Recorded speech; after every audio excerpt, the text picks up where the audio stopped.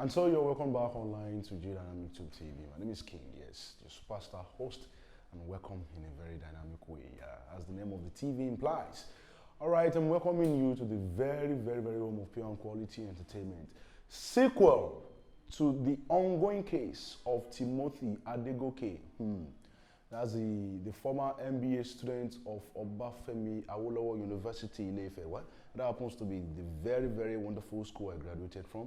To his death, he died last year, November. That was on the 7th of November 2021 at Hilton's Honors Hotel, belonging to Chief Rahman Adedoyin, the Maye of Ile-Ife Kingdom, who also owns the prestigious OUI. Yes, that's what to do at University Ile-Ife, or Tomorrow, whatever you want to call it. You know, the case has been ongoing for a lot of months. So very painful, so very painful. Like, thank God that he even called his wife that was going to lodge in that hotel. Had it been he did not even call his wife that was going to lodge in that hotel, that was how he would have died. He would have just died a very, I don't know. The matter is still in court now. And let's just thank God for the life of Justice Adepele Ojo. That's the presiding judge and the Chief Justice of Osun State, who is on the case. He has made it possible that, okay, there is not going to be any mago on this case. All right, let me take you back to November last year on the 7th.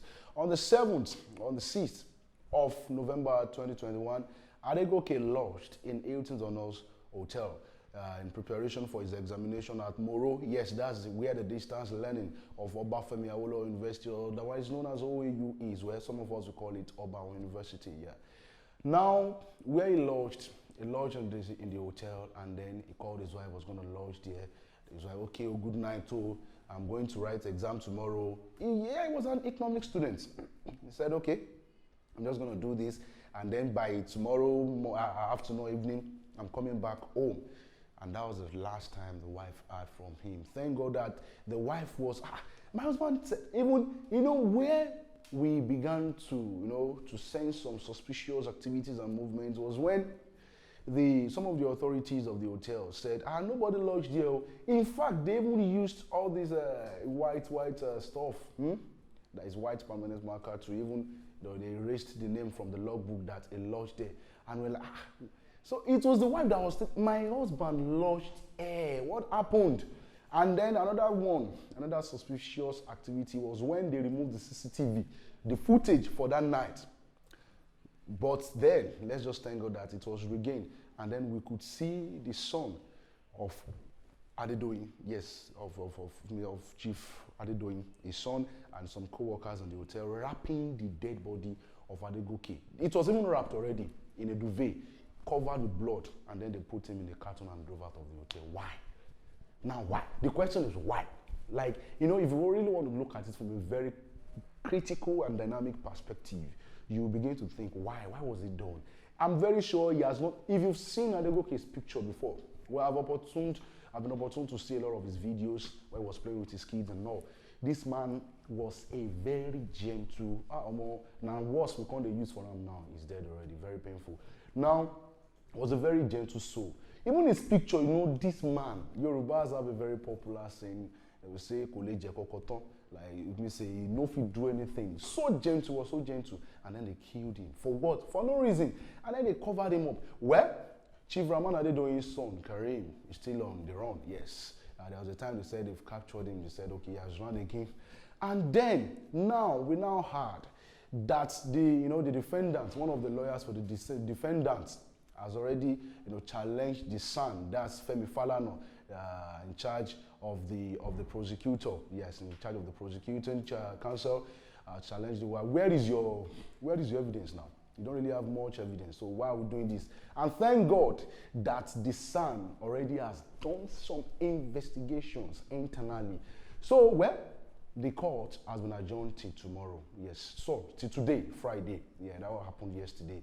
Said, okay, a lot of witnesses. We even had the policeman who said, yes, we were coming back from Osogbo, and then we saw where, it was even beside the road that they just dug a very small grave and just dumped him there. Why?